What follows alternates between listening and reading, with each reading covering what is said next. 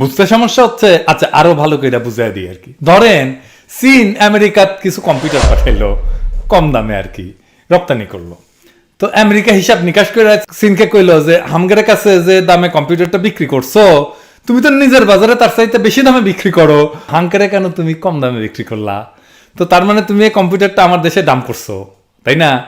তো এই কারণে তো আমার দেশে যে উৎপাদকরা আছে যারা বানায় কম্পিউটার, তারা তো তোমার সাথে একটা বেইনসাফি প্রতিযোগিতায় লিপ্ত হইলো, তার সাথে তোমার সাথে তো প্রতিযোগিতা পারবে না, তাই না?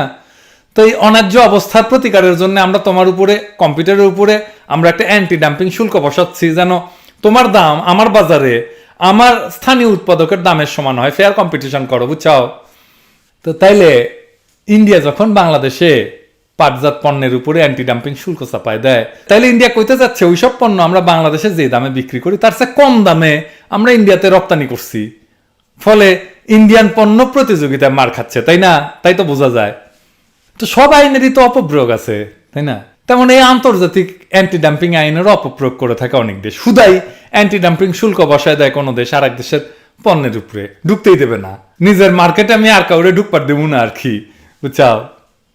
তো তাইলে এরকম অন্যায্য আচরণের যদি শিকার হয় কোনো দেশ, কার কাছে বিচার দিবে? কোনো ব্যবস্থা আছে? এই জন্য একটা ব্যবস্থা আছে, সেটা হচ্ছে WTO-র কাছে একটা ডিসপিউট সেটেলমেন্টের জন্য বা বিবাদ নিষ্পত্তির জন্য একটা কেস দায়ের করা যায়। তো তাইলে হাসিনা এই ক্ষেত্রে কি করছে? পাটের ক্ষেত্রে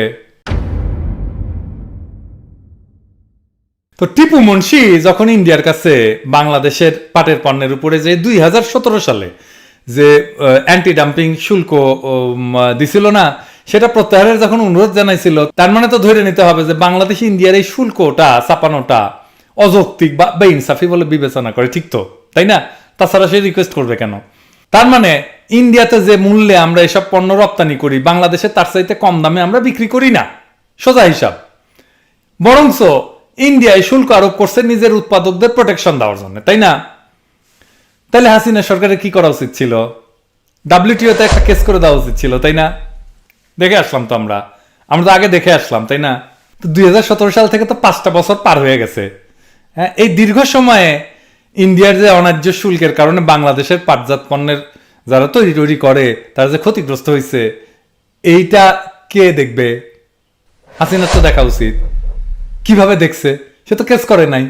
সে করতেছে কি, ইন্ডিয়ার কাছে অনুরোধ করতেছে, উপরোধ করছে, ভাই এটা ছেড়ে দেন। তো ইন্ডিয়ার পাশে এটা সেটা যারা ক্ষমতা আসছে এবং ইন্ডিয়ার সরাসরি হস্তক্ষেপে যারা ক্ষমতা কুক্ষিগত করে রাখে, সেই রকম একটা দেশবিরোধী সরকারের কাছে আমরা এর চাইতে আর বেশি কিছু আশা করতে পারি কি? এইগুলোর জন্য দরকার জনগণের সত্যিকারের নির্বাচিত একটা গণতান্ত্রিক দেশপ্রেমিক সরকার।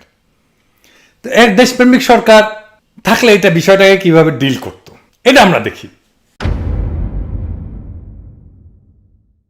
আমরা এরকম একটা প্রবলেমের মধ্যে পড়ছিলাম, একই ধরনের।